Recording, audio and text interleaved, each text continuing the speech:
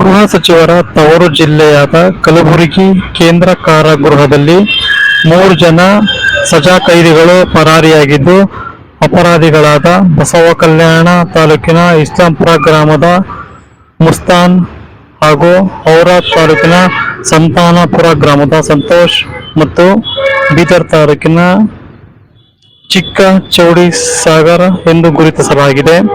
ಬೆಳಗಿನ ಜಾವ ಜೈಲು ಗೋಡೆಯಿಂದ ನೆಗೆದು ಎಸ್ಕೇಪ್ ಆಗಿದ್ದಾರೆ 3 ಜನ ಕೈದಿಗಳು. ಈ ಕಲಬುರಗಿ ಪೊಲೀಸ್ ಆಯುಕ್ತರಾದಂತಹ ಶರಣಬಸಪ್ಪ ಹಾಗೂ ಹಿರಿಯ ಪೊಲೀಸ್ ಅಧಿಕಾರಿಗಳು ಕೇಂದ್ರ ಕಾರಾಗೃಹಕ್ಕೆ ಭೇಟಿ ನೀಡಿ ಜೈಲಿನಿಂದ ತಪ್ಪಿಸಿಕೊಂಡಿರುವ 3 ಜನ ಕೈದಿಗಳ ಸ್ಥಳವನ್ನು ಮಹಾಜರು ಮಾಡಿದರು. ಈ ವೇಳೆ ಜೈಲು ಅಧಿಕಾರಿಗಳು ಉಪಸ್ಥಿತರಿದ್ದರು. ಕಲೆ ಹಾಕ್ತಾ ಇದ್ದಾರೆ. ಇದೇ ಮೊದಲ ಬಾರಿಗೆ ಅಷ್ಟೇ ಅಲ್ಲ, ಈ ಹಿಂದೆ ಕೂಡ ಕಲಬುರಗಿ ಕೇಂದ್ರ ಕಾರಾಗೃಹದಿಂದ ಇದೇ ರೀತಿ ಕೈದಿಗಳು ಕಂಪೌಂಡ್ ಹಾರಿ ಪರಾರಿಯಾಗಿದ್ದರು. ಅದಾದ ಬಳಿಕ ಇದೊಂದು ಜೈಲಿನ ಬಲಭಾಗದಲ್ಲಿರುವಂತಹ ಗೋಡೆಯ ಮೇಲಿನ CCTVಗಳಿವೆ. ಶಾಲೋರು ಗಮನಿಸ್ತಾ ಇದ್ದಾರೆ.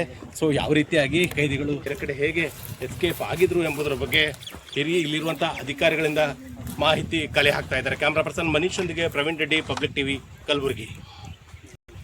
ಈಗಲೂ ಚಲೋ